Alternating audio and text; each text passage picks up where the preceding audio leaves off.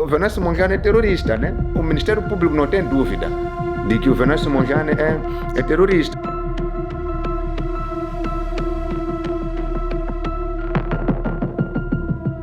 Desde que o conflito começou até aqui, mais de 100 pescadores foram deliberadamente mortos pelas forças de defesa e segurança de Moçambique.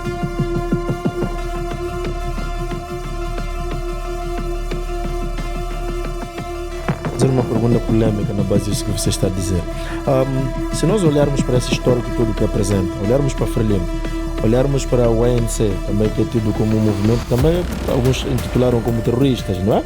Olhando para, falou da Frelimo, não é? E que a posterior foram reconhecidos como aqueles que lutavam por razões legítimas. Estaria a dizer de alguma forma que um dia, caso isso venha a acontecer, esses que hoje são tidos como terroristas podem vir a ser tratados como legítimos lutadores que fizeram uma luta gloriosa?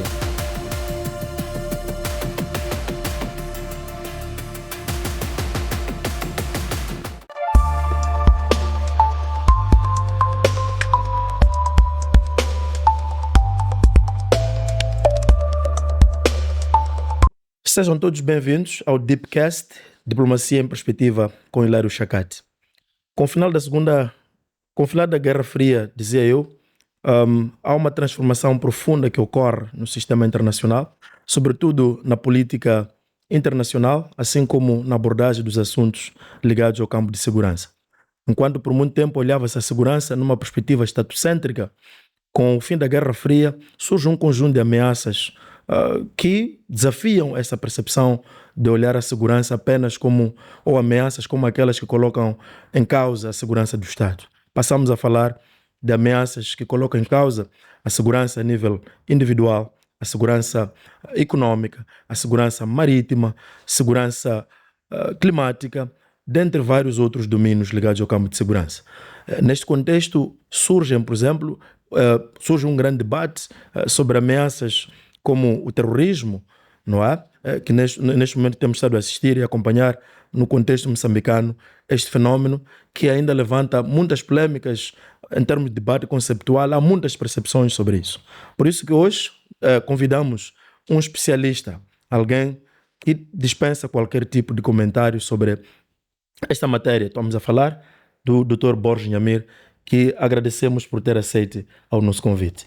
Devo dizer, antes de passar-lhe a palavra, que o Dr. Borges Nhamir é uma figura mediática, que já é conhecido em Moçambique, em vários órgãos de comunicação social, assim como a nível internacional, por um lado. Por outro lado, também é conhecido como um indivíduo concentrado e dedicado nos estudos ligados ao campo de segurança. Por isso é um prazer enorme tê-lo aqui conosco para discutir em torno do tema Jihadismo em África, Guerra Santa ou Guerra de Influência. Dr. Borges, seja muito bem-vindo ao podcast Deepcast, Diplomacia em Perspectiva com Hilário Chacate.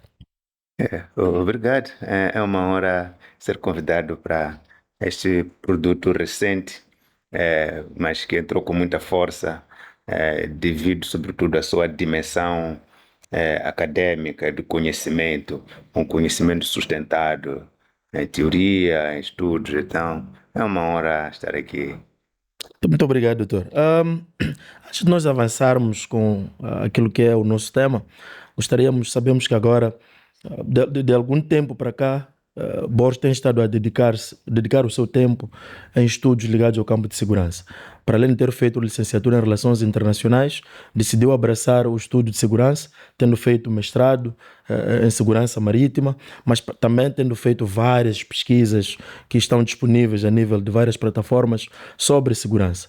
Queremos perceber do Borges o que terá lhe motivado a entrar neste campo de estudo e fala-nos um pouco disto e fala-nos também um pouco da sua ligação com este campo de estudo de segurança. Não, eu tive a sorte de estudar no ISRE. Eu vou dizer que é sorte porque quando eu me inscrevi para fazer Relações Internacionais, já há quase 2 décadas, o que me atraiu mais era o nome que era bonito, né? Relações Internacionais e Diplomacia.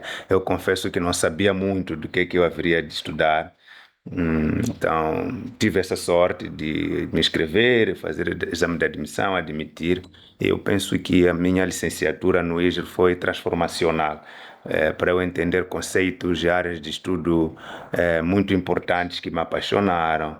Me lembro das aulas de geopolítica com o Dr. Almerino Manhães, lembro-me das aulas de política externa com o Dr. Gomes, lembro-me das áreas de estudos estratégicos com o Dr. Gaspar, com o Dr. Emílio. Então, eu penso que é uma semente que, na verdade, me foi plantada na academia, na minha primeira licenciatura, que é uma formação fundacional, é como no seu alicerce. Depois disso, por escolha consciente, fui fazer mestrado em segurança, especialização em segurança marítima, mas aquilo é segurança, então aprofundar o estudo de segurança internacional, segurança nacional, segurança de Estado, mas acima de tudo segurança humana. Então talvez a minha grande paixão, o interesse é mesmo a componente de segurança humana, que é muito marginalizada nos estudos de segurança. Se nós formos olhar, por exemplo, para caso de Cabo Delgado, vamos chegar lá, mas só para entender a dimensão da segurança humana. A insurgência que dura aproximadamente 8 anos, cerca de metade das vítimas mortais são civis, mas ninguém fala muito disso. Fala de o Estado está a ser atacado por terroristas, ameaça a segurança do Estado, mas há cerca de 6 mil, ou pouco mais disso, de pessoas que morreram por causa do conflito em Cabo Delgado. Cerca de metade são civis. Então aí entra a dimensão humana. Mas ainda não olhamos para mais de 1 milhão de deslocados, que também são civis, que afeta também a sua segurança, a habitação, já não tem habitação, depois estão mais propensos às doenças, em função de consumir água não apropriada, segurança alimentar, segurança climática. Quando ciclone vem, abate-se sobre uma cidade sólida, como Maputo. Os efeitos vão ser diferentes quando se abate sobre um campo de deslocados, onde as pessoas não têm casas. Então, eu acho que a minha paixão nesta dimensão é mais sobre a segurança humana, que infelizmente tem sido um pouco marginalizada. Borges, sabemos que agora está ainda a aprofundar mais os seus estudos no campo de segurança, estando a fazer os seus estudos na Europa, em Belfast. Qual é a sua experiência de estar a fazer o seu doutoramento com grandes gurus que discutem essas, vamos lá dizer, temáticas ligadas ao campo de segurança? Gostaria de partilhar connosco, em linhas muito gerais, a tua experiência. Sei que ainda é muito curta, mas já faz algum tempo que está lá a tentar tanto aprofundar o seu estudo. Não, tive também a sorte de concorrer e ser admitido a uma concorrida universidade do Reino Unido para fazer meu doutoramento. E o meu estudo é mesmo sobre o conflito em Cabo Delgado, a olhar para uma dimensão que até aqui foi muito pouco estudada, que é a dimensão étnica, como causa, mas também motor como motor da insurgência, numa dimensão de que a região de Cabo Delgado, infelizmente, está mais para um sectarismo. Por exemplo, só para as pessoas terem ideia, isso infelizmente não se fala. Eu sou de Inhambane e na minha província de Inhambane tem 3 destacados grupos étnicos, que são os Matswa, os Vatswa, os Vashopi e os Bitonga. E não é nenhum problema um Matswa casar com uma Chope ou um Bitonga casar com uma Chope e vice-versa. Em Cabo Delgado já é problema um Maconde casar com uma mulher Moani.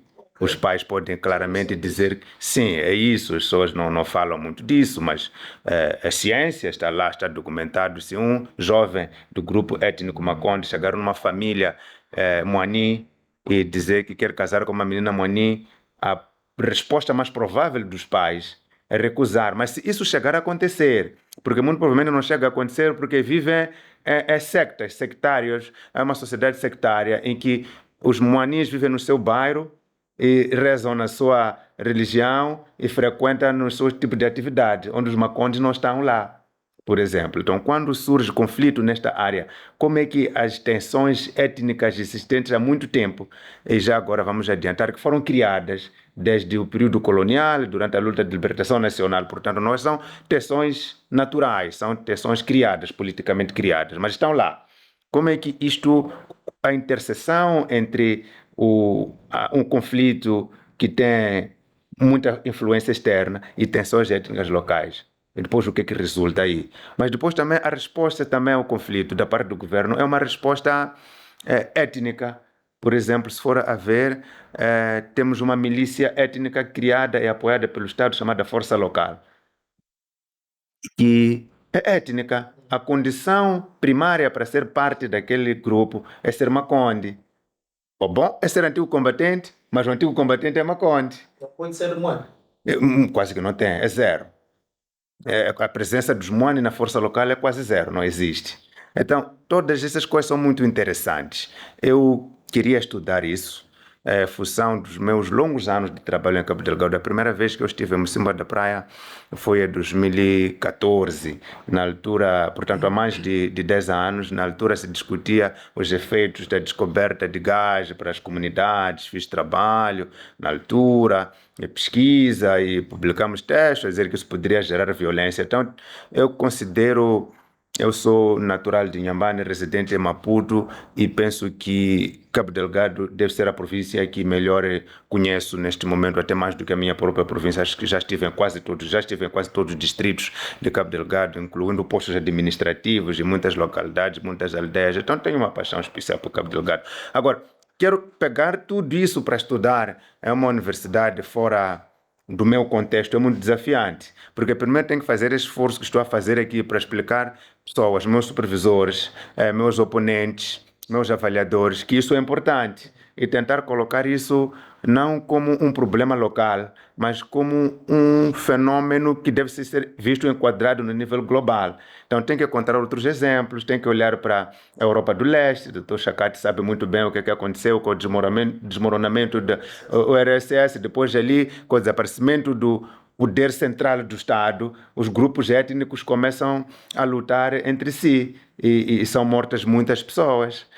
Tem que olhar isso, por exemplo, o próprio contexto da Irlanda, onde estou a estudar, Irlanda do Norte, Irlanda do Sul, que tem a mais longa guerra étnico-religiosa existente entre os protestantes e os católicos, e tem que olhar isso também para o contexto do continente. Então eu penso que é uma oportunidade única, que não diria que eu não teria tido se tivesse feito aqui no meu país, mas é uma oportunidade única e também o acesso aos, acesso a uma universidade excelente em termos de todo o material que eu precisar. Quer dizer, aquilo que eu não souber é minha preguiça, mas todo o material que eu precisar é só sentar no computador, meter lá o código e aceder. Todas as revistas científicas relevantes do mundo são acessíveis, com coisas simples, até como a internet, que é rápida. Aqui para baixar um documento leva 10 minutos, lá baixa em 1 segundo. Tudo isso influencia na qualidade do que está a estudar. E um debate é bom, né? Com acadêmicos, com muita produção científica. E já agora me encorajar a escrever também. As pessoas às vezes perguntam, doutor, foi comprado, já não lhe vemos mais na televisão, no Facebook. Quando eu consigo responder, eu digo, não, agora estou a estudar, gente. Então, talvez nos próximos dias apareça já com um artigo científico. Já não vai falar à toa, né? Não, aparece com artigo científico. Não, está ali, artigo científico, revisão de pares. A falar do meu país, obviamente, que é meu primeiro interesse. Então é uma experiência boa, que sou sortudo, sendo como moçambicano, desfrutar desta experiência. Fantástico, Borges. Olha, Borges, permita-me tratar-lhe por Borges. Mas estou ansioso daqui a pouco chamá-lo para chamar-lhe de professor, não é? Olha, há um debate muito, vamos lá dizer, não conclusivo e polêmico sobre o conceito do que está a acontecer em Cabo Delgado. O governo chamou em algum momento isto de terrorismo internacional, há alguns que tratam isso como extremismo violento, outros chamam isso de terrorismo, outros chamam de insurgência, mas também aqueles chamam isso de jihadismo. Poderia nos ajudar ou ajudar os nossos internautas a compreender, afinal, o que está a acontecer efetivamente em Cabo Delgado? O governo está certo a chamar isso de terrorismo internacional ou estão certos aqueles todos teóricos já escreveram tantas, inclusive o próprio Borges já escreveu e publicou tanto sobre Cabo Delgado? Quem que está a dizer o que nós devemos assumir como o fenômeno que está a ocorrer em Cabo Delgado? Sim, esse é um debate que é um bom debate, porque quanto mais se debate, mais se toma conhecimento. Primeiro, penso que ninguém tem um conhecimento cabal, né? E aquilo que nós sabemos hoje, podemos descobrir que não sabemos amanhã. Mas olhando a informação disponível neste momento, seja ela teórica ou factual, primeiro vamos fazer exclusão de partes. Não vamos chamar o que está a acontecer a Cabo Delgado de terrorismo, porque terrorismo, definição, conceito simples de terrorismo é uso da violência contra civis, seja uma violência executada ou ameaça de violência para alcançar um objetivo ideológico. Pode ser de uma ideologia religiosa ou uma ideologia política, seja o que for, mas tem que ter elementos que primeiro, vai usar violência. Primeiro, essa violência tem que ser direcionada a civis. E depois, o objetivo dessa violência direcionada a civis é para alcançar um objetivo político ou ideológico ou religioso. Então, a questão é, o que nós estamos a ver em Cabo Delgado é permanentemente uso, ou é maioritariamente uso de violência contra civis. Não é. Portanto, as pessoas podem não compreender, mas quando o grupo que ataca em Cabo Delgado, que eu chamo insurgente, vou explicar porquê, ataca um posto policial, não é terrorismo. Mas, Borges, desculpa lhe interromper. Nós estaríamos a ter um cenário, vamos lá dizer, em que tanto os elementos de insurgência, assim como de terrorismo, estão lá. Eu coloco melhor a minha pergunta. Digo isso porque no início, pelas imagens, pelas informações que chegavam nós, que nós estamos no terreno a estudar, até que havia decapitação de civis, havia cenários de corpos encontrados espalhados em vários espaços de diferentes distritos decapitados. Isso não seria, portanto, um ato, portanto, de terrorismo? Sim e não. Não, primeiro na dimensão em que os assassinatos em Cabo Delgado primeiro nunca foram indiscriminados. Olha para o 11 de setembro, que talvez é o mais conhecido ataque terrorista no mundo recente. Aqueles aviões que foram sobre torres gêmeas em Nova York foram explodir 2 torres gêmeas, matando tudo e todos que estavam lá, indiscriminadamente. 3.000 pessoas. Isso. Mas o ataque, por exemplo, a Mocimboa da Praia ou a Palma não foi assim. Aquela gente, quando chega a Mocimboa da Praia ou a Palma, não mataram tudo o que encontraram pela frente. Então, isso é que não se diz. Eles selecionavam as pessoas que eles queriam matar. Algumas pessoas, eles diziam, não, saiam. Nós não estamos à vossa procura, estamos à procura dos militares, estamos à procura dos antigos combatentes. Então, neste momento, o conflito de Cabo Delgado tem cerca de 6.000, estimado, um pouco mais de 6.000 mortos. Que é dos mais baixos em África. Portanto, um estudo recente, um relatório sendo publicado pelo Centro de Estudos Estratégicos da Universidade, é difícil, estou a traduzir de inglês para português, mas da Universidade de Defesa Nacional dos Estados Unidos da América, o African Center for Strategic Studies, mostra que nos últimos 10 anos houve cerca de 150 mil, mais de 150 mil pessoas que foram mortas pelos conflitos jihadistas ao nível do continente africano. E se tu olhares para Cabo Delgado, que são cerca de 6 mil, isso representa aproximadamente 4%. Ou seja, nós olhamos para Cabo Delgado e dissemos, estamos mal. Nos últimos 10 anos, o nosso problema em Cabo Delgado representa 4% do problema continental. Isso a olhar pelo número de fatalidades, ou seja, mortes relacionadas a combates, né?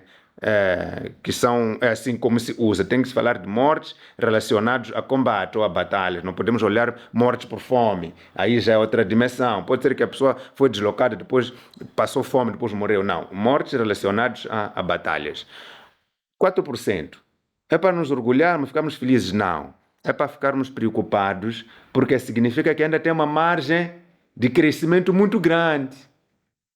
Por exemplo, nos países onde o jihadismo ou essa insurgência islamista que temos em Cabo Delgado está mais consolidada, como no Mali, como na Somália, esses grupos, por exemplo, no Burkina Faso, é o país do Traoré, né? Esse general, eles controlam 40% do território total. E quando se chega nesse nível, você tem outro problema político, que os dirigentes políticos perdem legitimidade. E depois acontece golpe de Estado.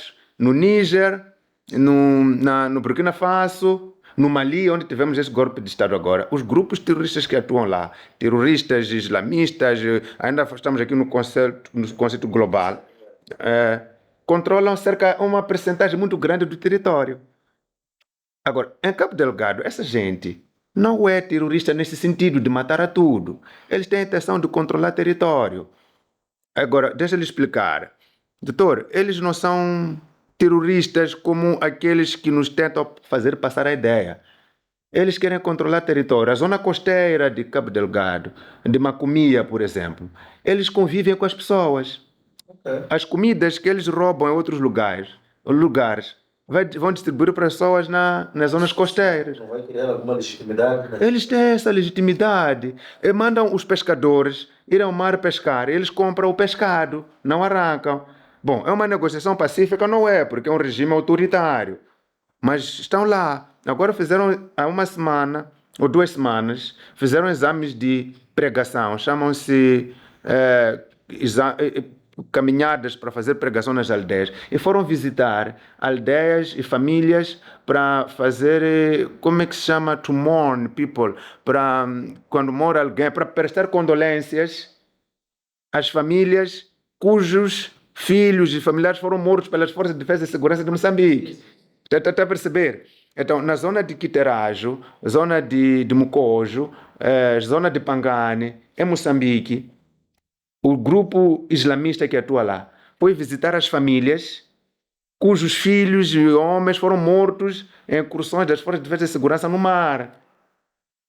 Isso terá sido por razão de um erro de cálculo por parte das Forças de Defesa e Segurança, porque nós entendemos que elas estão lá para proteger, não é, as populações e combater, portanto, a tal insurgência, o jihadismo, o terrorismo. Agora já nos deixa em confusão mais complexa ainda. Sim, o problema, tristemente, é que todas essas coisas são publicadas em inglês. Quer dizer, até são publicadas em português, mas em grande dimensão estão publicadas em inglês. Então, uma grande percentagem da população moçambicana fica excluída. Segundo, a imprensa, o chamado mainstream media, não discute esses assuntos. As nossas televisões não chamam o estudioso para discutir esse assunto. Então, nós lemos, por exemplo, o que é a publicação mais bem detalhada sobre esses acontecimentos foi a CLED, através do Cabo Ligado. Depois também foi publicado na Citamar, em inglês. Mas se olhar para os nossos jornais, nossas rádios, vamos falar dos canais públicos, a Agência de Informação de Moçambique, a Rádio Moçambique, a TV, é mais fácil falar desses que funcionam com o Fundo do Estado. Não publicam nada disso. Não sei porquê. Desconhecimento, ou censura, ou autocensura, não sei. Mas não publicam. Mas isso é porque, segundo a CLED, no seu relatório muito detalhado, os militares moçambicanos, as forças navais, a marinha de guerra, têm dificuldades enormes de controlar o mar. Então, eles se zangaram. Houve um ataque onde morreram cerca de 30 e poucos militares, então, na zona de Quiterajo. Em resposta, a marinha de guerra, segundo a CLED, foi naquela zona costeira, entrou no mar e matou muitos pescadores que estavam lá. Corpos deles foram encontrados a flutuar nas aldeias de Mocimboa da Praia e tudo mais. Então, acredita-se que foram mortas mais de 10 pescadores e tudo mais. E segundo a própria ACLED, desde que o conflito começou até aqui, mais de 100 pescadores foram deliberadamente mortos pelas Forças de Defesa e Segurança de Moçambique. Quando a imprensa local perguntou aqui, alguma imprensa perguntou ao porta-voz do Ministério da Defesa, nós não sabemos, não confirmamos nem desmentimos, estamos a fazer as investigações. Sabe como as investigações em Moçambique nunca terminam, né? Agora, o que eu queria destacar é que aquele grupo convive com pessoas. As pessoas que decapitavam são pessoas que, segundo vários estudos, ou os traíram, porque no momento de recrutamento eles chegam e falam com determinadas pessoas. Recrutam, recebem dinheiro, mas quando depois no final recusa a aderir ao grupo, eles vão atrás de uma forma vingativa, matam e decapitam. Ou são pessoas ligadas às forças de defesa e segurança, seja uniformizados ou sem uniforme. Quando temos sem uniformes, então são serviços de inteligência em alguma dimensão, seja inteligência central, ou seja inteligência militar, ou inteligência policial, ou outros informantes. Mas eles, o certo é que aquele grupo nunca deliberadamente atacou e matou tudo que encontrou pela frente. Eles tiveram Mocimboa da Praia. Muitas vezes atacaram Mocimboa da Praia, pelo menos, e ocuparam pelo menos 3 vezes. E não é que tudo que encontrava à frente matavam. Eles conviviam com as pessoas, convivem com as pessoas. Então, nessa dimensão, a componente terrorista do grupo é muito reduzida. Agora, convém ao Estado dizer que são terroristas.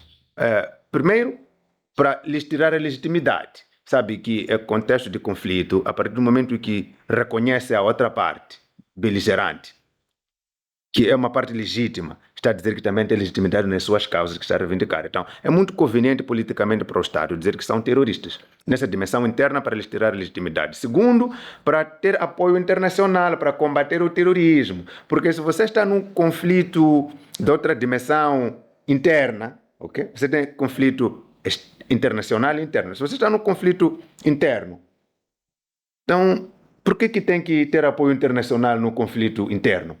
Teoricamente, o costume internacional não é assim como funciona. Então, dizer que é um grupo terrorista internacional que está a fazer os ataques dá legitimidade ao Estado moçambicano para poder pedir apoio externo, sobretudo internacional, da União Europeia, dos Estados Unidos, das Nações Unidas, da União Africana, ok? Para combater aquela ameaça internacional que está a agredir um Estado soberano, porque isso viola os protocolos internacionais sobre a integridade dos Estados. E agora, dimensão terrorista não tem? Tem dimensão terrorista. Agora, já agora, deixa-me, fiquei mais curioso em perceber algumas coisas. Vejo que o Borges está mesmo a cavar muito fundo esses assuntos. Agora, gostaria que diferenciasse esses conceitos: terrorismo, extremismo violento, jihadismo. Ok. Pronto, é mais simples. Terrorismo é um conceito muito difícil. O que é mais fácil de falar é um ato terrorista. Um ato terrorista vai ser terrorista porque usou meios terroristas, que é usar violência contra civis para gerar medo. Não pode passar dali o terrorismo. Não, tem que ser usar violência ou ameaça de violência. O alvo dessa violência ou dessa ameaça tem que ser entidades civis. E o que quer gerar é medo para ganhar um objetivo. Então temos dimensão terrorista. Nos ataques, eles invadem as vilas, mandam embora as pessoas das vilas, não matam assim literalmente só nas vilas, não. Expulsam pessoas das vilas, lhes mandam embora, lhes tiram das suas casas, matam uma e outra, decapitam uma e outra. Então temos essa dimensão terrorista. A outra dimensão terrorista do grupo que temos também é que eles são apoiados pelo Estado Islâmico, que é uma organização terrorista internacional. O maior apoio que se nota é reivindicar os ataques. Desde que os ataques começaram em Cabo Delgado, a partir de 2019, vamos dizer, a partir de março de 2019, julho de 2019, todo e qualquer ataque que aconteceu em Cabo Delgado foi reivindicado pelo Estado Islâmico, mais ninguém. Então não tem como negar que o Estado Islâmico está lá a exercer uma determinada influência. Mas quem faz isso? É o Estado Islâmico? Não. São os moçambicanos. Então como é que nós podemos olhar também que são os moçambicanos? Pelo menos até que houve 2 julgamentos em Cabo Delgado das pessoas detidas, e todos esses que foram julgados e condenados. Então podemos falar à vontade, esses que foram julgados e condenados, sentença transitada em julgado, passou por vários processos, desde a investigação, a acusação, pelo Ministério Público, depois de investigação pelo tribunal, julgamento até condenar. 85, 90% das pessoas foram julgadas e condenadas são moçambicanas. Não tem lá pessoas de outras nacionalidades, sobretudo de fora de África. Depois tem em pequena dimensão tanzanianos. Mas a pergunta é, os tanzanianos da parte norte do rio Ruvuma são estrangeiros em Cabo Delgado? Então nós estamos em Maputo, as pessoas de Maputo pensem nisso em Ressano Garcia. Você atravessa a fronteira de Ressano Garcia, apanha alguém do outro lado ali, do Libombo ali. É tão sul-africano? Obviamente não. Vamos pensar isso numa dimensão, quem está no centro, olha isso numa direção de Machipanda. Você atravessa a fronteira de Machipanda, ou tem uma vila que gosto muito lá, é Baro, que a fronteira entre Moçambique e Zimbábue é só uma montanha. A pessoa que está do outro lado é tão estrangeiro assim? Talvez não. Olhe isso numa dimensão de Malawi, Contete, fronteira assim, você atravessa do outro lado, aquela pessoa ali no Tsangano, você atravessa do outro lado, é Malawi. A pessoa que sai lá do outro lado, onde as pessoas se comunicam, tira milho de parte de Tsangano, de Tete, vai moer no Moagera, no Malawi. É tão estrangeiro? Talvez não. Então, aqueles tanzanianos também, que estão na parte norte do rio Rovuma, que vem a Cabo Delgado fazer ataques e flui, não são tão estrangeiros assim. Então, para olhar essa organização terrorista internacional, tinha que ter pessoas de onde? Do Iraque, da Síria, que é lá onde o Estado Islâmico estava muito radicado. Depois não tem. Se o Estado tiver essas pessoas que venham mostrar, já prendeu, já julgou, tem lá na cadeia, estão na cadeia central. Então, que vai nos mostrar essas pessoas que vêm do Jordão, do Jordan, né? Do Oman, do Iraque. Que Transformar o conflito internacional. não tem. Terrorismo internacional. Não tem. Agora, extremismo violento, doutor, é simples. Uma pessoa extremista ou uma organização extremista, aquele que defende ideias que estão num extremo da sociedade. Tem extremismo político, a extrema-direita, a extrema-esquerda. É extremismo. A partir do momento que pega aquelas suas ideias, quer fazer passá-las com violência, fica um extremismo violento. Isso é só uma qualidade do sujeito.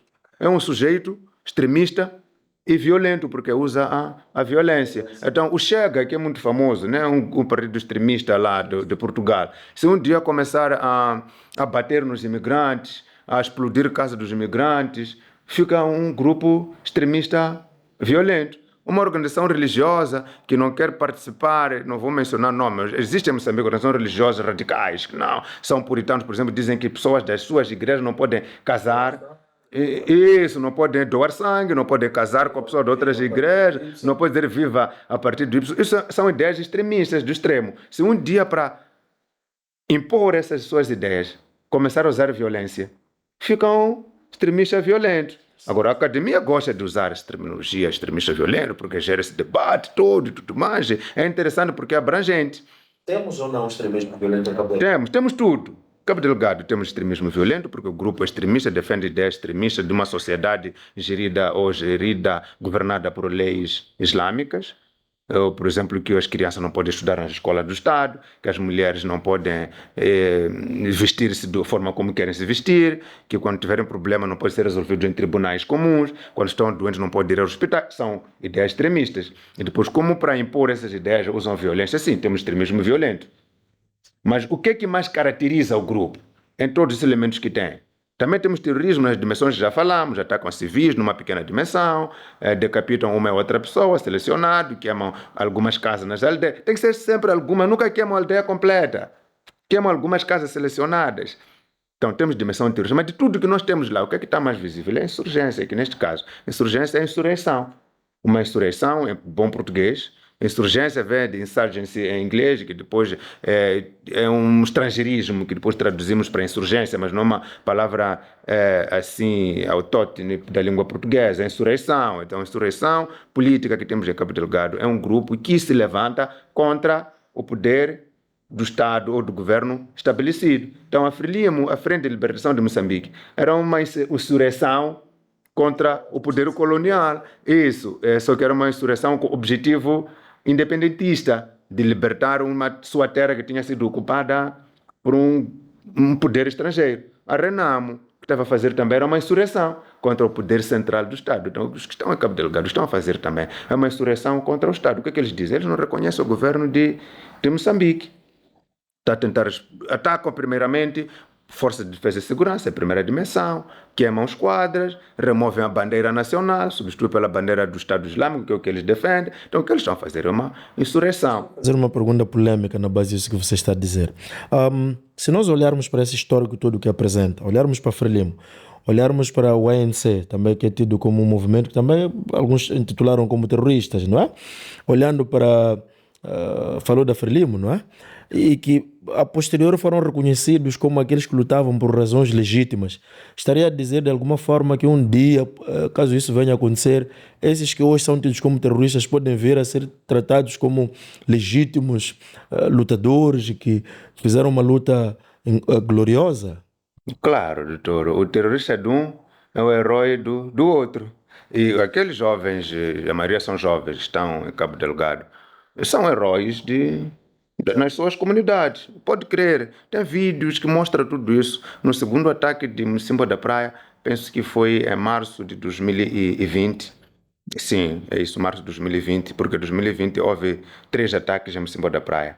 Em março, junho e depois o último em agosto, que eles tomaram a cidade e ficaram lá durante o ano. No primeiro ataque de março de 2020, quando o grupo se retirou para voltar para as matas, foi celebrado pelas pessoas, os vídeos chegaram aqui, as pessoas a despedir, eles perseguiram os carros, aquela coisa típica da zona rural, quando vem alguém te visitar, quando entra no carro já vai embora, as crianças ficam a perseguir aquele carro, a dizer tá, tá, tá, tá. Então, aconteceu isso. Então, aqueles senhores lá são terroristas para o Estado Central, o governo central, o governo.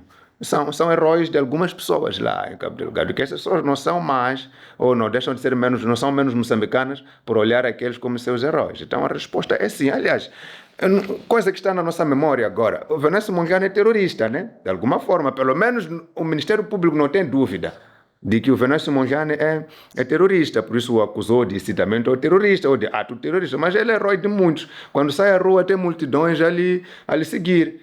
Então é isso, o Samora Machel já foi chamado de terrorista pelo menos pelo apartheid ou por outras pessoas. Afonso Dhlakama era terrorista, né? Desde o momento da nossa história não haveria mínimas dúvidas de que Afonso Dhlakama era terrorista para o poder central, mas afinal quando chegou a Maputo era Messias, tá vendo? Tudo isso não sou eu que estou a inventar. Em algum momento da história de Moçambique alguém chamou Afonso Dhlakama de terrorista, em outro momento alguém chamou de Messias, e não era uma pessoa. Então, sim, é difícil neste momento as pessoas compreenderem, e isso por razões teoricamente bem explicadas, porque nós estamos na escalada do conflito. Então, durante a fase de escalada do conflito, chama-se um momento em que as partes agem de uma forma irracional. Tudo o que eles querem é lutar. Então, perdem a dimensão racional de compreender que a luta não nos vai levar a nenhuma parte. Então, muitas vezes o que se faz, segundo a história, é ficar a assistir eles já se baterem. Até quando no dia que compreender temos que parar de nos bater. Então vão negociar. Yamir, ainda tenho muitas questões para lhe colocar, mas percebo que trata isso com alguma paixão também. Agora, poderia nos explicar este conceito também que nós trouxemos aqui no nosso tema, que é o jihadismo? Ok. Não, o jihadismo, eu não sou especialista em jihadismo, eu lhe vou recomendar para falar com dois estudiosos, até vários, vou lhe recomendar dois, que eu olho como referências quando quero ler e entender sobre o jihadismo. Uma é a doutora Liazat Bonat, a gente vive aqui em Moçambique, acho que é moçambicana até, do Centro de Estudos Africanos na Universidade de Eduardo Mondlane. Ela vai discutir com muita naturalidade e muito amor sobre o jihadismo, como eu talvez discuto outros temas. E o professor Eric, que tenho a sorte de ser meu principal supervisor no meu doutoramento, já tem muitos artigos e livros sobre o jihad. Mas pronto, o jihadismo vem do jihad, da Guerra Santa, lá que mais ligado à cultura ou à história ou contexto cultural do Islão, que é lutar pelos direitos dos oprimidos e fazendo guerra, chamada da Guerra Santa. Só que essa Guerra Santa tem mais origem no Médio Oriente, onde está mais o Islão, a principal religião e tudo mais. E é dos muçulmanos. Mas um conceito importante que temos que diferenciar, isso é muito importante, dar ênfase nisso, é entre o Islão e islamismo. Islâmico, islamista. Quanto o Islão é a religião, ou o islâmico é relativo à religião, o islamista é relativo a uma ideologia radical que defende que no mundo deve prevalecer somente o Islão. Então, são coisas completamente diferentes. Então, o que nós temos em Cabo Delgado é uma insurgência islamista ou jihadismo. Tem uma componente global muito importante, porque para qualquer luta que você tem que travar, que um grupo tem que travar, tem que ter uma ideologia, ok? Então, quando a Frelimo trava a luta de libertação nacional, a ideologia que tinha uma ideologia de luta pela libertação nacional, por isso se chama um movimento de libertação nacional. Estou a falar da Frente de Libertação Nacional, não estou a falar do Partido Frelimo, que é outro assunto. Quando a Renamo trava a luta pela democracia ou guerra civil, e tinha uma ideia de que não, nós somos defende mais princípios de democracia liberal, direito a eleições, direito à livre escolha, direito à propriedade privada, coisas que não tinha no contexto da governação depois da independência em Moçambique da Primeira República. Agora, esses que estão a lutar em Cabo Delgado, qual é a ideologia deles? Então, uma ideologia jihadista. Então, é daí que temos... O governo sempre tem estado a dizer-nos que eles não têm uma reivindicação clara. Aliás, não é só o governo, parece que existe também algumas pesquisas que mostram que é difícil apresentar de uma forma clara, nítida, como está a apresentar, por exemplo, esses casos que faz menção da Frelimo, o caso da Renamo. Em relação ao caso específico de Cabo Delgado, qual é a reivindicação, ou quais são as reivindicações concretas desses terroristas ou insurgentes? O governo da República de Moçambique diz muitas coisas que são contraditórias. Por exemplo, em relação a esse grupo, uma das coisas que diz é que não conhece os líderes do grupo, não é isso? É uma coisa assente. Essa dimensão de que... a frase completa é: o grupo não tem rosto e não sabemos o que ele quer. Essa é a frase completa. Mas depois o governo, através do chefe do Estado-Maior-General, penso que foi agosto de 2023, vem nos dizer que assassinaram Ibn Omar, dirigente do grupo. Afinal, ele tem dirigente. E depois o presidente Nunes, que é comandante, é chefe das Forças de Defesa e Segurança, é chefe do Estado, é chefe do governo, é o mais alto dignatário da nação, é o primeiro magistrado. Vem também dizer que, não, se vocês duvidam que Ibn Omar morreu, duvidem lá, mas nunca vão lhe ver. Ele é o líder do grupo. Afinal, ele tem líder. Afinal, conhecem o líder. Quer dizer, só o conhecem quando morre. Então, aquilo que o governo diz muitas vezes é política. Então, não temos como ir muito além, confiar muito naquilo que o governo diz. Talvez naquilo que o governo escreve, olhando para o documento, o que o governo disse. Mas as reivindicações do grupo, sim, são conhecidas. O que o governo escreveu até aqui é através do Conselho Nacional de Defesa e Segurança. Um comunicado que é milestone sobre a posição do governo em relação à insurgência. É que Moçambique está sob uma agressão externa, protagonizada por um grupo terrorista internacional. Essa é a versão oficial do governo prevalecente até aqui. Moçambique está sob uma agressão externa, protagonizada por um grupo terrorista internacional, que é o Estado Islâmico. De tudo que nós já falamos aqui, acho que dá para perceber que essa tese não passa. Aqueles que estão a protagonizar a agressão são moçambicanos. O próprio Estado prendeu, julgou muitos, são moçambicanos. O Estado Islâmico não é o principal grupo que está a agredir, são moçambicanos. Agora, mas a pergunta tem reivindicações? Sim, tem reivindicações. Estão todas elas documentadas por pessoas escritas e conhecidas. E o grupo já apareceu, eles, os membros do grupo, já apareceram a fazer reivindicações direto. O que é que eles querem? O que é que eles querem? Não reconhece o governo de Moçambique. Segundo, quer ser governado por uma organização por leis islâmicas. Está lá muito claro. Quer ser governado por leis islâmicas. É aceitável ou não é aceitável? É outro debate. É como alguém também dizer que quer ser governado com base em mandamentos, 10 mandamentos da lei de Deus, que é a base é a base do cristianismo. Pronto, isso. Então, legitimidade já é outro debate, mas o que eles querem está lá, sublinhado. Agora a questão é, o governo está preparado para discutir isso?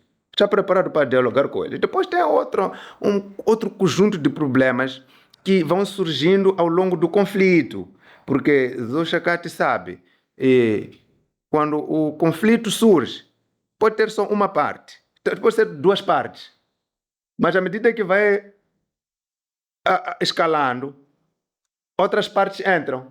Quando o conflito surge, pode ter só uma, duas reivindicações.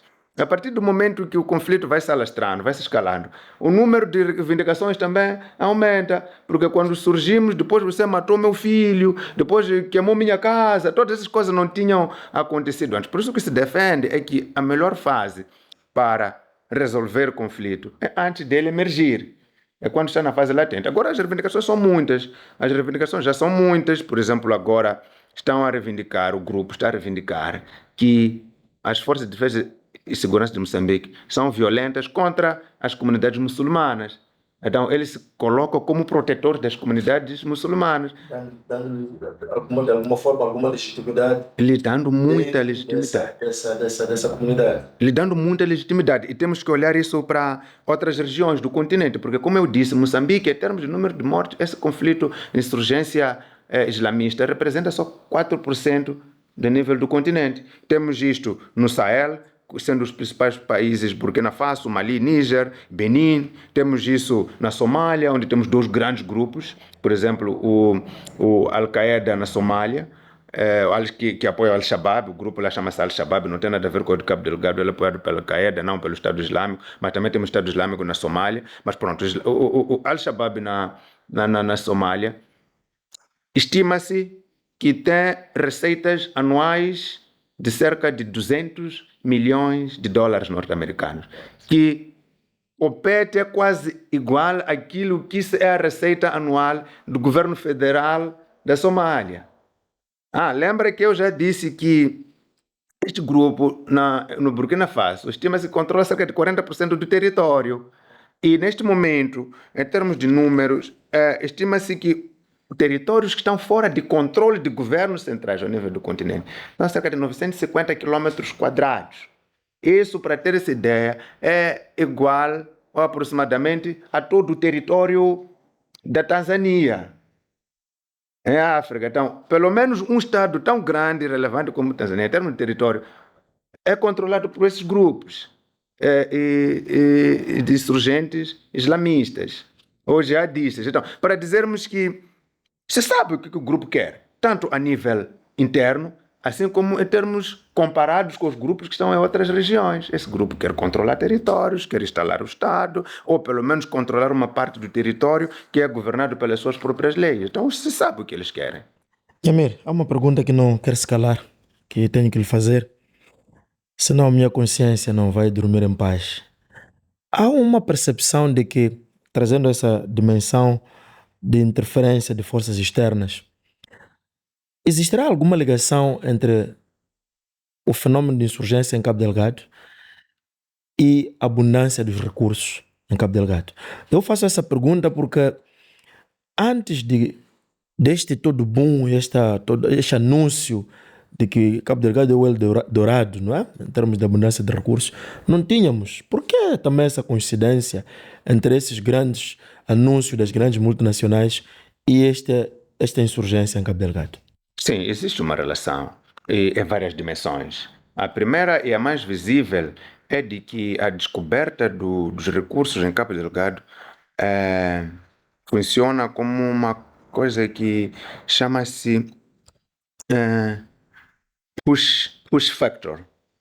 Então, é daqueles termos que nós, doutores, estudamos relações internacionais. Então, os nossos professores foram dizendo que há termos que, quando traduz, Perde o sentido.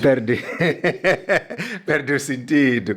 Então, os push factors são elementos que, existindo dentro da comunidade ou na sociedade, empurram ou incentivam ou encorajam as pessoas a aderir a grupos extremistas violentos.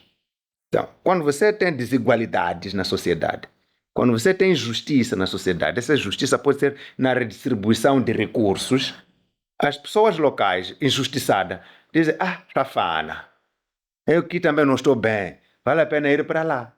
E depois esses push factors funcionam em interação permanente com os pull factors. Os pull factors estão lá com o grupo, que são fatores que atraem as pessoas a irem para lá. Então, quando a pessoa está tão desesperada, não consegue ter emprego, não consegue comprar uma boa capulana para sua mulher, porque não trabalha, não consegue comprar caderno e caneta para o seu filho ou sua filha, dói mais sua filha dizer, papai, estou a pedir caneta, você não consegue comprar. E a pessoa quase que desiste. Entretanto, tem um grupo lá do outro lado que diz, vem aqui, vamos lutar contra esse sofrimento ali. Então, aquele que está a chamar, que te atrai, é o tal de pull factors. Então, atrai as pessoas para irem para lá. Então, os recursos, sim, funcionam como um problema na medida em que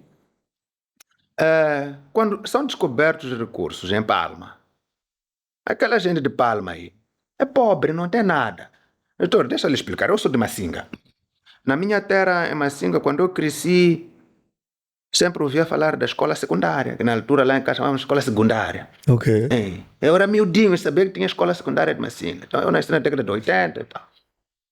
Já tinha escola secundária. Eu me lembro, por aí, em 94, não, 92, tempo de acordo de paz, tinha escola secundária lá. Então as pessoas da minha terra poderiam estudar na escola secundária de Massinga e depois poder ir para a universidade em Maputo, em Palma, doutor, no Mocimboa da Praia, onde descobre recursos. Você não tinha escola secundária nessa altura. Então o que estou a falar são factos. O governo tinha escola secundária lá. É só dizer que não tínhamos. Então não tinha. Eu fiz levantamento no Câmara, não tinha escola secundária. Então as pessoas de Mocimboa da Praia e de Palma e da Costa de Macomia. Ok, vamos lá. Mocimboa da Praia e Palma. Isso é escola secundária. Quando terminam os estudos fazem o quê? Vão à pesca. E de repente, na escola de condução não tem lá. E de repente se descobre recursos. O Estado que não esteve presente lá, o Estado social, de repente se faz presente lá para extrair os recursos. Depois, quando extrai recursos naturais, tem uma coisa importante chamada local content, ou conteúdo local. Conteúdo local defende que você tem que usar mão de obra local e recursos locais para fornecer a grande indústria. Só que as pessoas estão lá, doutor, não sabem escrever seu nome. Não foi à escola. Lembra que não tem escola secundária? Não foi à escola. Nem tem habilidade para ter aquela paz cavadora. Isso. Então toda a gente que vai para Palma, para o Mocimboa da Praia, são vientes, vêm de algum lugar. Isso se nota quando Palma é atacado no dia 24 de março de 2021. Todo mundo estava a fugir, mandaram barcos, helicópteros para tirar... Já estão a sair. Não saiam dali. Então isso irritou as pessoas locais. Porque aquelas pessoas viviam pobres, mas felizes, a pescar. Até um dia que alguém chega e diz: epa, eu sou o Estado de Moçambique, viu? Aqui é Moçambique, aqui. Eu venho tirar recursos aqui. Esses recursos é para desenvolver todo o país. Eu vou trazer pessoas para vir explorar esses recursos. Depois aqueles pescadores de lá, também quero trabalhar nesses recursos. Não, mas você não pode trabalhar porque você... Mas por que eu não posso? Porque você não sabe nada. Sabe que as pessoas não sabem que não sabem. Então, o Estado está a dizer que não, você não pode trabalhar. Ou a empresa que chegou lá em nome do Estado. Porque quem foi lá meter a nadar, cometer N, não é a empresa que foi sozinho ao Estado. Então, você está a dizer, não, eu quero trabalhar aqui também, para poder conduzir 4x4 também. Você está a dizer, você não pode, porque você não sabe. Nhamer. Então, quando acontece isso, doutor, para concluir, as pessoas ficam frustradas. E quando ficam frustradas, como é que ficam? Ficam agressivas. Depois, isso. Então, isso aconteceu. Outro elemento que aconteceu é o elemento propaganda. Quando você tem um projeto internacional, 20 bilhões de dólares de investimento em Palma, que é o maior investimento privado da África subsaariana, se você faz ataque perto daquele investimento ali, quem vai escrever e publicar? É o Washington Post, é o New York Times, é BBC, é a CNN. Então, mais uma vez, o centro é a periferia. A partir do momento que você vai ter esse projeto, o investimento total, pelo menos que já foi aprovado para Cabo Delgado, para gás, para aquela região, 27 bilhões. 7 bilhões da N, do Coral Sul, e 20 bilhões do Moçambique Lendida total. Então, quando você tem um investimento de 27 bilhões numa região, essa região fica o quê? Deixa de ser periferia, fica centro. Então, qualquer ataque que você faz no centro tem maior dimensão do que um ataque que faz na periferia. Então, o grupo, claro, vai preferir fazer ataques ali para receber maior propaganda. Isso não é novo. Quando Moçambique estava em guerra civil, o maior esforço que havia das forças de defesa e segurança de Moçambique era para que não atacasse a HCB, para a Renamo não atacar a HCB, que era o maior investimento que tinha no país. Não, quando tivemos reinsurgência em 2013, 2016, a Renamo atacava os comboios da Vale. É guerra de recursos? Não é guerra de recursos. Mas os recursos têm um elemento essencial para dar maior visibilidade aos ataques a nível global. Então temos lá, mas não acredito que as pessoas estejam a lutar aquilo que chama greed, pela ambição para explorar recursos. Não, e se você luta e depois eles ganham, vão fazer o quê? Vão explorar gás a 60 milhas da costa? De maneira nenhuma. Não, mas deixa-me lhe colocar numa outra dimensão a mesma pergunta. Há uma percepção de competição entre os atores numa dimensão mais geopolítica, como é o caso de grandes, vamos lá, detentores de recursos energéticos, é o caso da Qatar. Fala-se também da própria Tanzânia. Houve uma altura que tentou se insinuar que a Tanzânia também era um competidor com Moçambique. Agora fala-se de Qatar, fala do Omar, o Oman e os outros estados a nível do Médio Oriente. Será, de facto, esses alguns dos interessados em ver Moçambique numa situação de instabilização para não poder explorar e evitar que seja mais um concorrente? Ainda não vi nenhuma evidência, doutor. Ainda não vi nenhuma evidência. Neste momento é uma teoria de conspiração, porque quando não houver evidência, então, ao longo dos 8 anos da insurgência que começou em outubro de 2017, ainda não vi nenhuma evidência. O doutor também não viu. Quem já viu que traga nenhuma única evidência que aponta, por exemplo, que Qatar está a financiar porque essa é a teoria de conspiração que está lá. A teoria completa é Qatar que explora gás, é um dos maiores produtores de gás a nível mundial. Porque Moçambique descobriu grande quantidade de gás. Então quer criar inveja, tem inveja, ou quer ganhar espaço no mercado. Está com inveja do grande gás, de grande quantidade de gás em Moçambique. Então está a financiar ataques para atrasar os projetos de Moçambique para Qatar continuar a vender sozinho, a dominar o mercado. Essa é a teoria de conspiração, que eu chamo de conspiração, como eu não vi nenhuma evidência, uma só. E já li muita coisa sobre o conflito. Quem tem evidência, doutor, pode telefonar para o doutor Chakati vir aqui no próximo... isso, para vir apresentar as evidências dele. Eu não vi. Nem do Estado, nem de nenhuma parte. E depois, outro é Tanzânia. Porque Tanzânia quer explorar recursos dele, porque o nosso gás, na verdade, nem tem limite ali, porque aquela fronteira que nós temos não é uma fronteira natural, é uma fronteira política. Então, o nosso gás com o de Tanzânia se comunica. Então, Tanzânia está com inveja de nós, porque nós estamos a avançar, fizemos concessões, eles estão atrasados.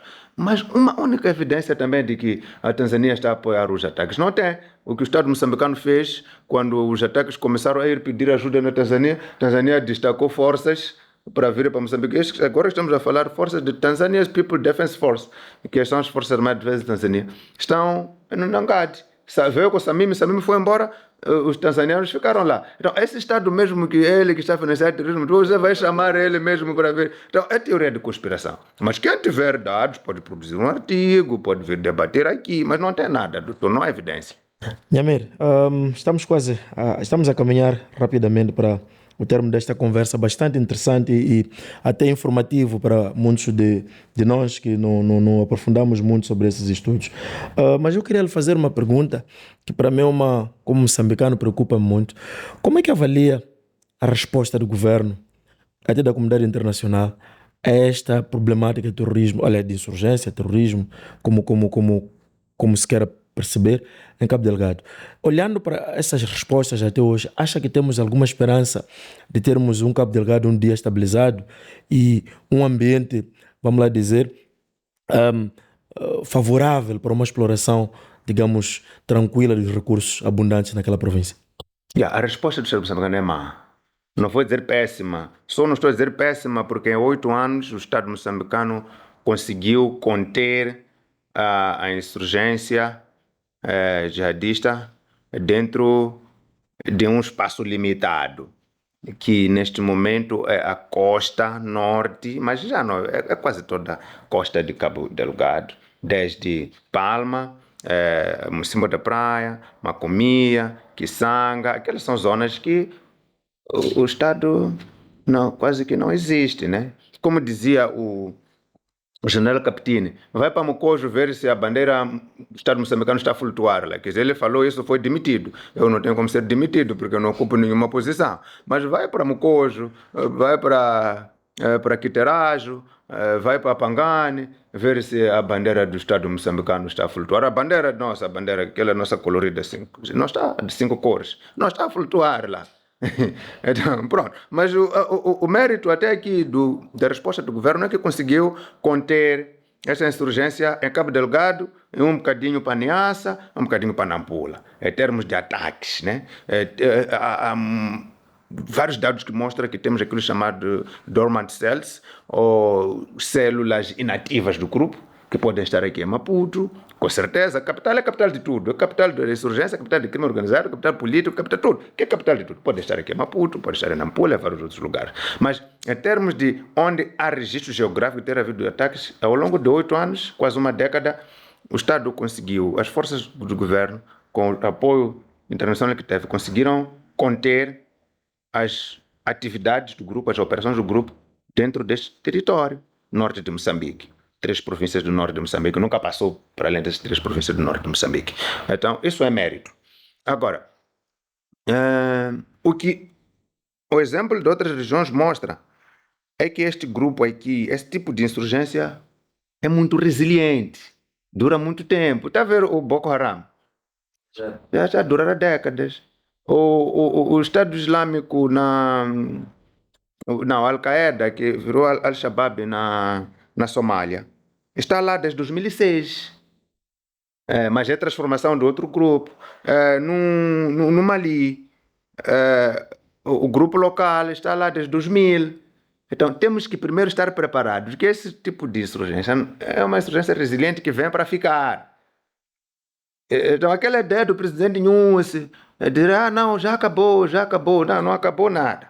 Você diz que acabou, depois atacam Chiure. Você diz que acabou, depois atacam Macomia. Depois diz que acabou, depois vão atacar na reserva do Niassa. Depois do presidente Nussi ter dito... Sim, depois que o presidente Nussi, na despedida, uma das palavras, quando ele estava certo do presidente, uma das coisas que disse é que já acabou a insurgência, já não há nada. Foram atacar Chiure. Chiure fica a centenas de quilômetros de distância de Mocimboa da Praia, onde a insurgência começou, mais para sul. Está no sul de Pemba. Está no limite com Nampula, para entrar em Herat, distrito de Herat. Então é onde atacaram. Então não acabou. Então é aí onde a resposta do governo é má, porque não conseguiu acabar com o problema.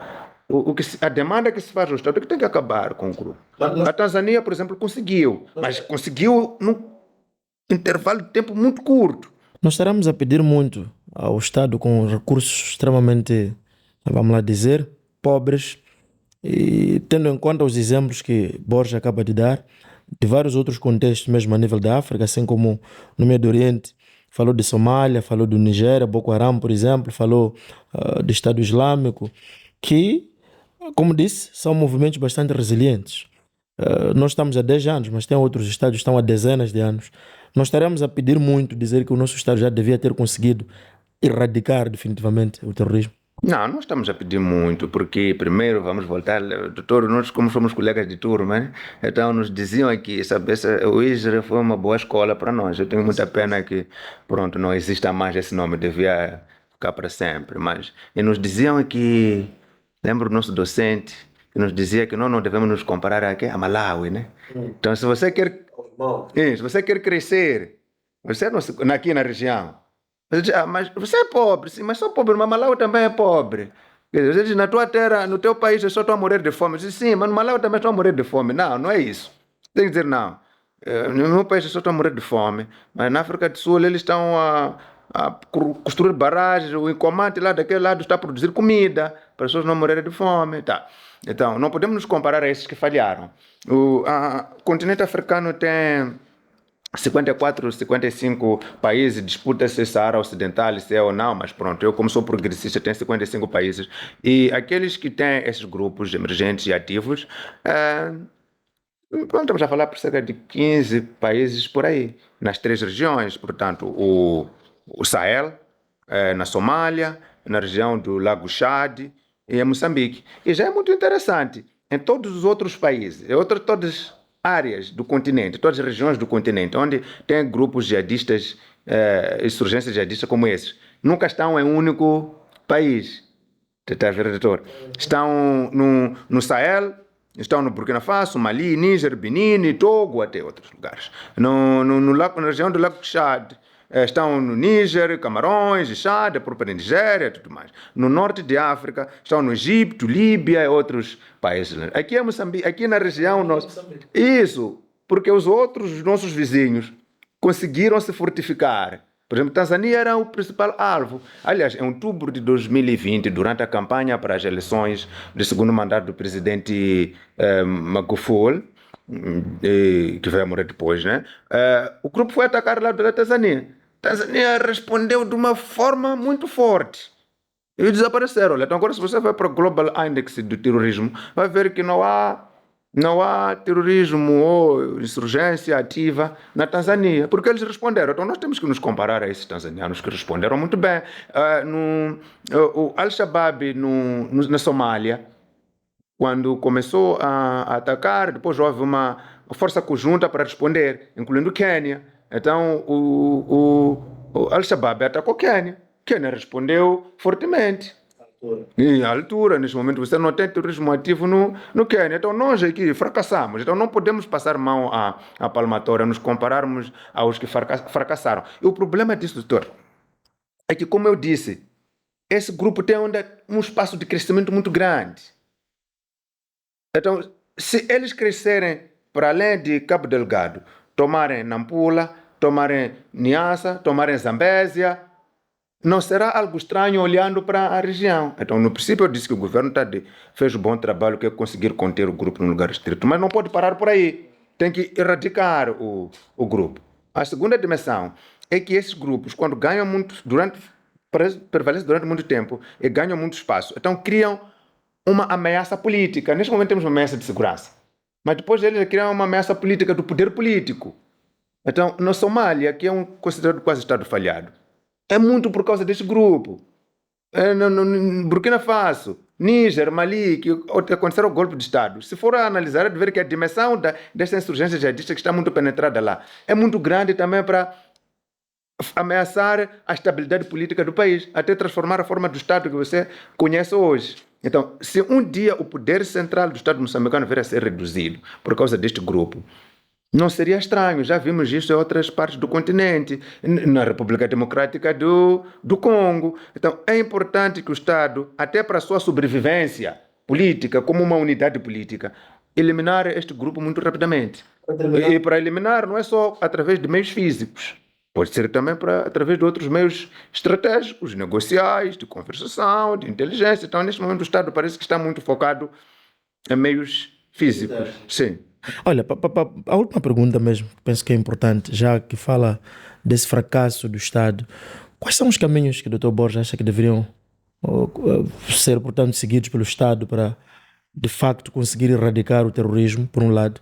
Por outro lado, acha que o envolvimento das próprias comunidades, vários outros intervenientes locais, poderia ser útil, pode agregar valores neste combate ao terrorismo, à insurgência, ao terrorismo em Cabo Delgado? Sim, para as duas perguntas. Primeiro, há outros meios diversos para usar. O primeiro meio é, não vou dizer negociações, mas tem que tentar neutralizar o apoio local. Porque, como eu disse inicialmente, as pessoas que estão a fazer os ataques são moçambicanos. Isso está visível, eu já expliquei no julgamento, quem foi julgado, quem está detido, são moçambicanos. Então é preciso retirar esses moçambicanos para não serem matéria-prima ou instrumentos dessa insurgência. Isso se faz, isso o Estado é que tem que fazer. Tem que fazer. E isso não se faz matando, não se faz com armas. Você não vai matar todas as comunidades costeiras que apoiam o grupo. Então tem que encontrar uma forma que eu, acreditando que o nosso Estado tem estrategas, tem inteligência, porque vai garantir a segurança do Estado, tem que fazer esse trabalho. Para que aqueles jovens de Pangani, de Maculo, de Mitumbati, de Mucojo, não continuem a aderir ao grupo. Na semana passada, o Al-Naba, que é a revista de propaganda do Estado Islâmico, publicado todas as quintas-feiras, dedicou toda uma página sobre essas viagens de pregação e mostrava muitas pessoas sentadas a interagir com os insurgentes nessas pregações. Então, o Estado, de uma forma inteligente, não com a força das armas, como teriam feito as forças navais, de atacar os pescadores, de uma forma inteligente, tem que conseguir retirar aquele apoio das comunidades às pessoas. Isso já vai. Então, isso não é via armada. Como vai fazer? É preciso pôr homens que pensam, e esse país tem muitos. Eu posso indicar alguns que são meus professores. Eu tive bons professores, esses bons professores são moçambicanos, está a ver? Põe esses aí, lhes retira o peso partidário, lhes retira, diz, pensa lá como nós vamos salvar o nosso país. Então vão desenhar estratégia implementável e depois os políticos devem implementar as recomendações. E tem moçambicanos, não é para trazer de fora, não que seja mal trazer de fora, mas tem moçambicano, pode ir lá na Universidade de João Quixissano, vão encontrar muitas pessoas que sabem fazer isso e vão fazer isso. Eu vou gostar de saber, vou escrever meus artigozinhos pequenininhos, dizer que daqui está a avançar por outras vias. Então é possível encontrar vias alternativas, que eu neste momento não tenho uma lista delas, mas devem consistir em retirar o apoio que o grupo tem das comunidades locais. E não é matando as comunidades locais, não é bater, não é se viciando, não. No Mali,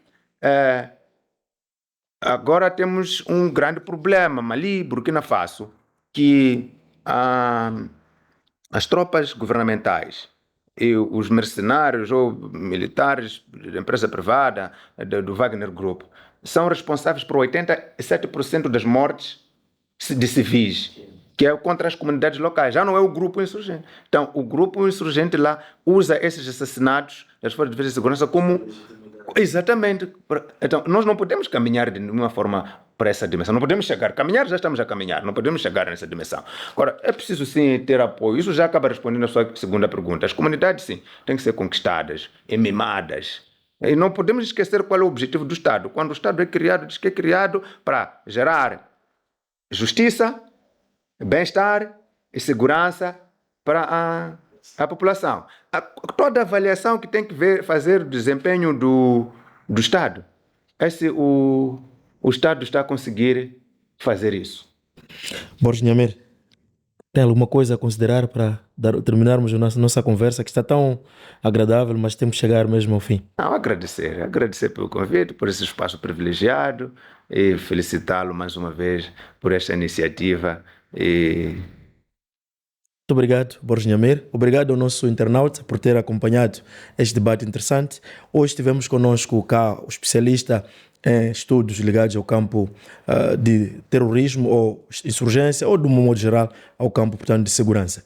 E discutimos com o Borges Nhamer jihadismo em África, guerra santa ou guerra de influência. Muito obrigado e até o próximo episódio.